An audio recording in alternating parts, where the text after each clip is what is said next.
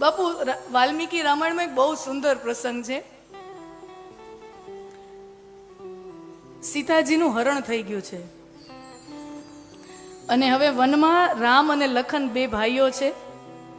અને આપણે જાણીએ છીએ કે રામજી બહુ હતાશ થઈ ગયેલા.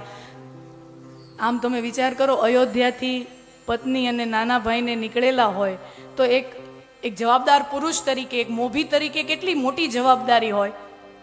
લખન ભલે એ પણ એક મહાયોદ્ધા છે, વીર છે, પણ નાનો ભાઈ ખરો ને, એટલે મોટા ભાઈની ઉપર જવાબદારી નાના ભાઈની હોય ને આમ તો. અને એમાંય પત્ની, એનું હરણ થઈ જાય. હવે અયોધ્યા જાવું તો કયું મોઢું લઈને જવું? બધા વિચારો આવે કે ન આવે? ભલે પરમાત્મા છે, ભલે ઈશ્વર છે, પણ માનવ રૂપે આવે તો પછી માનવની ભાવનાઓ ઈશ્વરની ઘેરી તો વળે ને. રામજી હતાશ થઈ જાય છે, ઉદાસ થઈ જાય છે, નિરાશ થઈ જાય છે. કથા તો ત્યાં સુધી કહે છે કે રામજી ઘાસના તણખલાને હાથ ફેરવતા ફેરવતા પૂછે, ઝાડની લતાઓને ડાળીઓને હાથ ફેરવતા ફેરવતા પૂછે કે મારી મૃગનયની સીતાજીને તમે કોઈએ જોયા? ઉડતા પંખીઓને, વિહંગોને પૂછે, મારી સીતાને જોઈ?